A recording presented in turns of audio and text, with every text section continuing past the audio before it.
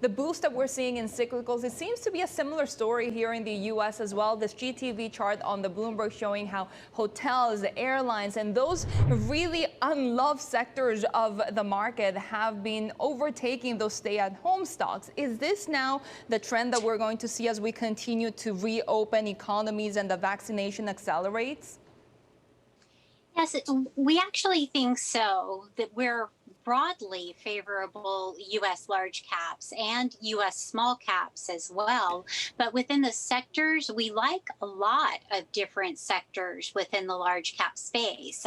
Those that will benefit from the increased growth as the reopening continues and vaccinations continue through the spring and summer months. And those are things like information technology, like communication services, those that have been doing well already in 2020. We think that will continue into 2021. We also like cyclicals, so materials, industrials, consumer discretionary. Those are also areas of the market that we think will perform well. And as interest rates rise, financials should also outperform the market, the overall general market. Do you worry at all about the pace of the rates rising, the global bond rout that we saw last week, stabilizing a little bit into this week, but could that be a concern? Most definitely. In fact, we think it was the speed of the rate increase rather than the amount of the increase that was disturbing markets. So market participants reacting very quickly to the threat of additional inflation and reacting to these growth estimates that have been coming in a bit stronger. In fact, the first quarter we think is going to be stronger than we originally forecast. And at 4.7% GDP, our forecast does have some upside risk.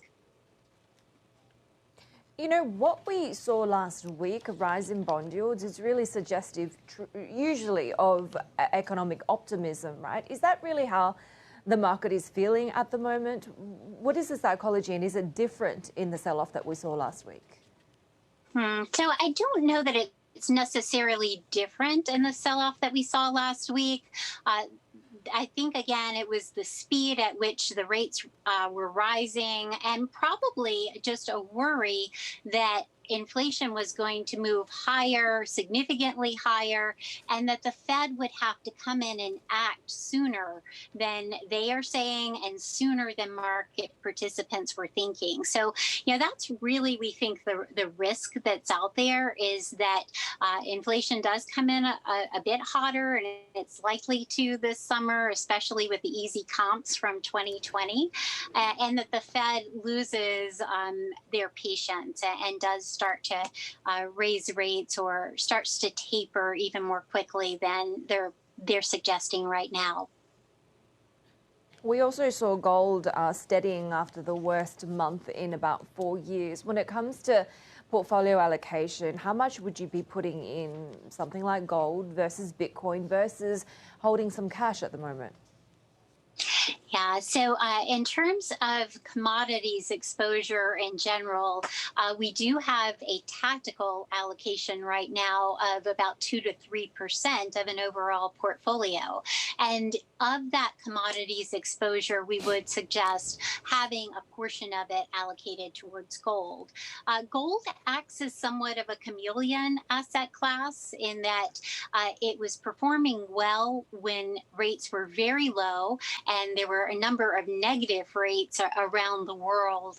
And as a stabilizing asset class, it often does not compare favorably to bonds when bonds have interest rates that are attractive. And that was not the case last year. But with rates moving up this year, it is giving gold some competition. And so gold is moving down here a little bit. But if we were to see inflation, gold can also act as a hedge against inflation.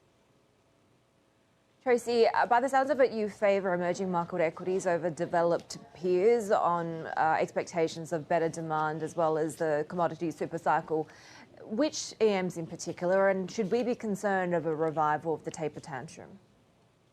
So we're broadly favorable emerging markets. We like Asia and South America for the commodities play. Asia, of course, for global reflation. And with China's vaccine rollout accelerating, we saw global exports post a new crisis high in December.